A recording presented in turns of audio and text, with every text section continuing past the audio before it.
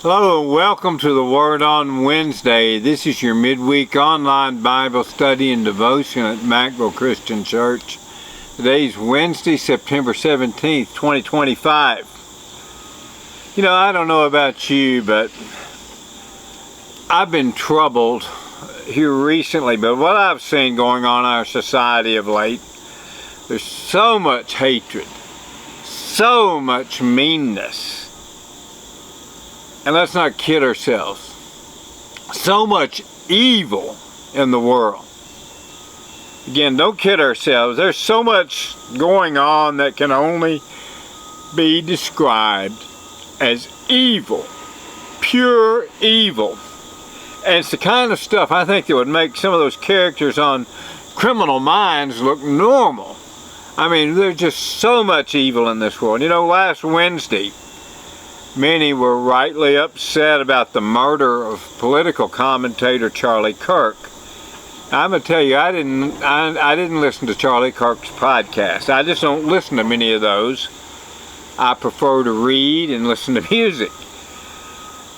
But I knew who Charlie Kirk was. I'd seen him on TV, and I agreed with a lot of what he said, but not all.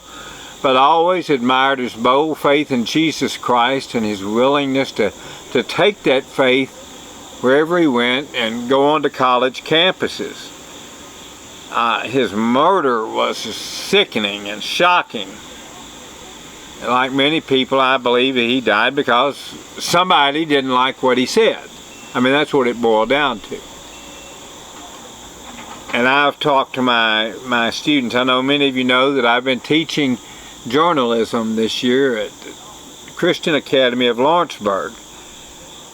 And the day after that, I addressed this with my students, and I said, no one should die because of voicing their beliefs.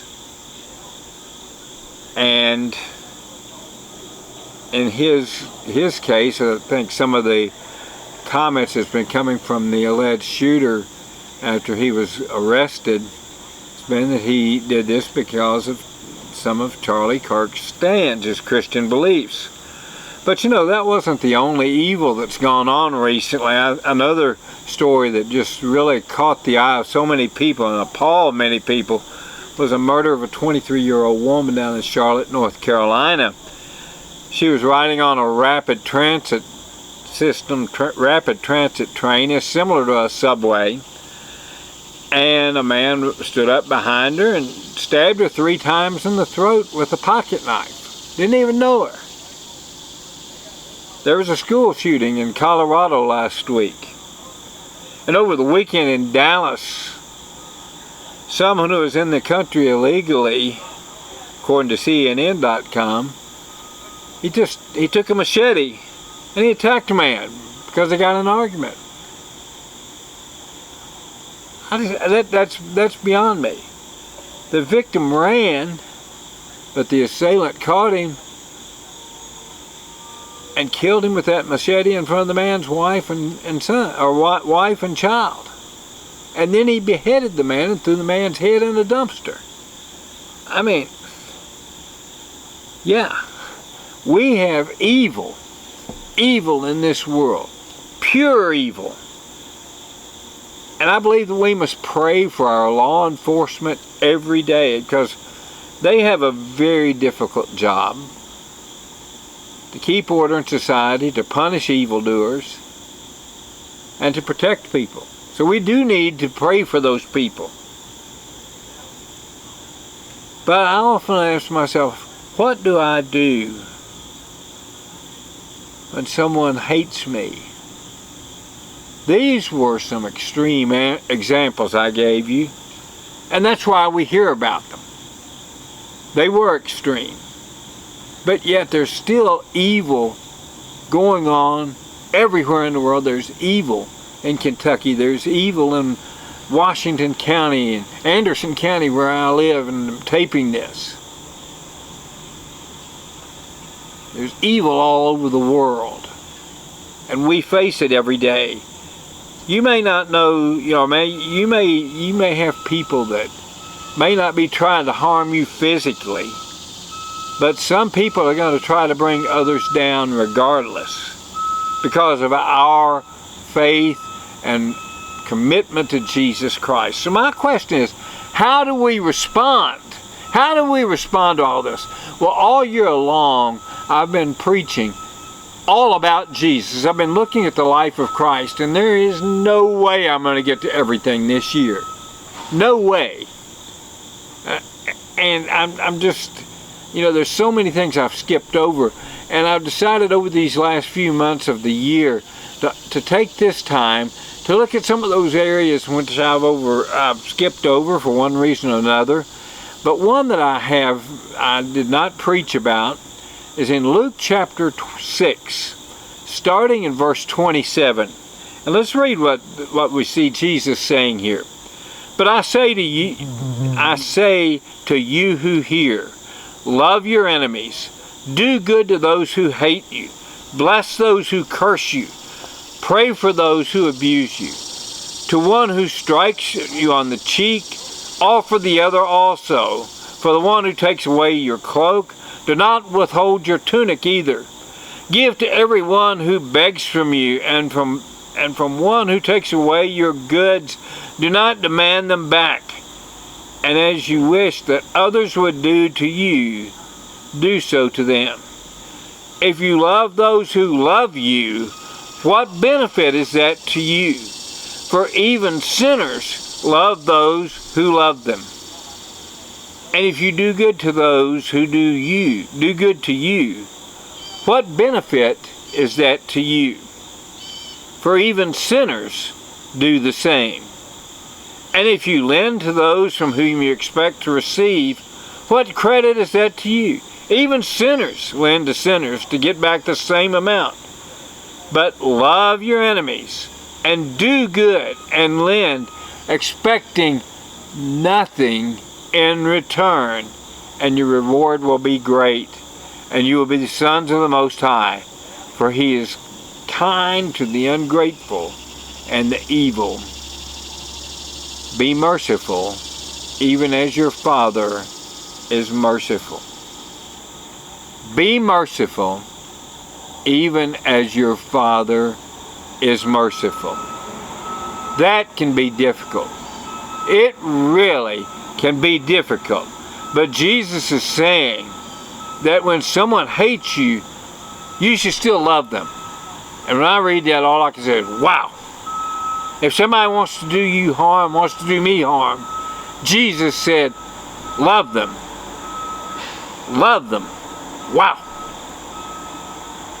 Back in Matthew chapter 5, in a parallel passage, Jesus said, you have heard that it was said, love your neighbor and hate your enemy. But I tell you, love your enemies and pray for those who persecute you. Again, wow. Wow, that's quite a standard.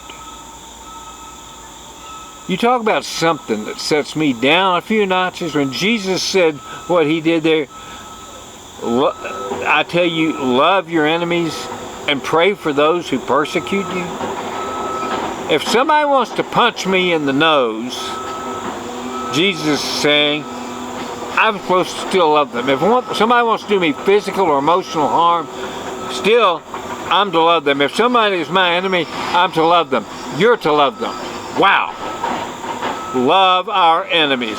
That doesn't mean we tolerate bad behavior. That doesn't mean we tolerate violence. Paul told the Roman church that God had created the government to punish evildoers and to keep order in society so the gospel can spread. But as individuals, we are to love people even when it's hard to do. We're to love people even when they're unlovable.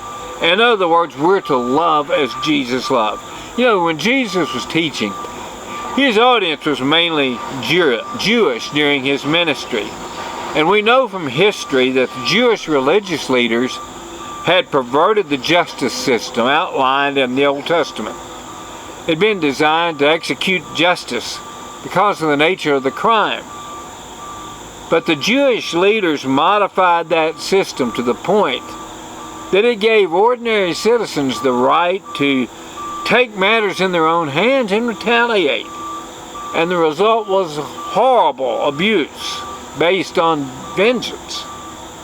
And the teaching became, love those who love you and hate those who hate you. But Jesus set that standard so much higher. He said, love everyone. Now folks, we all know that Jesus is the Son of God, and you should know that the only thing he was guilty of was following God's will, not the Jewish leaders' traditions. This, of course, made them mad, and so they had him crucified. But there on the cross, this innocent man, Jesus, said, Father, forgive them, for they don't know what they're doing.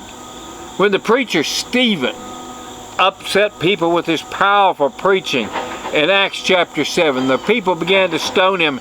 In Acts chapter 7 and verse 60, Stephen cried out, Lord, do not hold this sin against them. And then we're told that when he said that, he fell asleep or he died. And we're told that Saul, who later became Paul, was there giving his approval. Romans chapter 12, Paul wrote, Beloved, never avenge yourselves, but leave it to the wrath of God, for it is written, Vengeance is mine, I will repay, says the Lord. To the contrary, if your enemy is hungry, feed him. If he is thirsty, give him something to drink, for by so doing, you will heap burning coals on his head.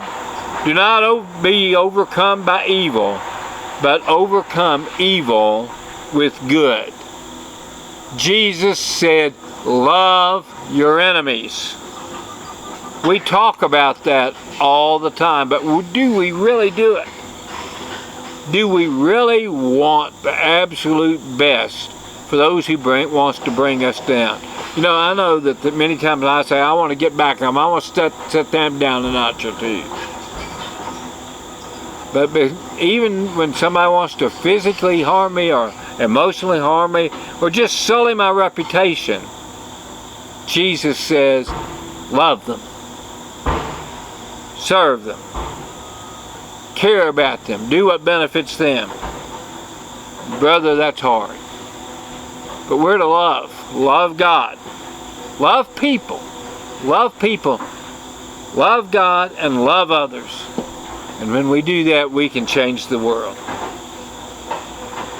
You know, I might be asking that we learn a new song at Mac, on the chorus of it, over the next few months.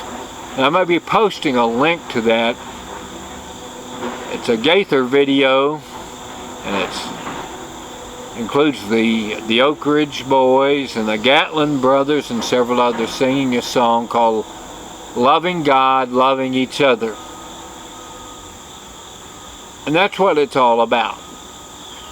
I'm going to post that in the links for you to listen to learn it yourselves. Let's love God, love others, love our enemies. I love you very much as well. Love you very much, and I'll see you Sunday at Macville Christian Church. Sunday school at 9:30, worship at 10:30. See you then. Take care.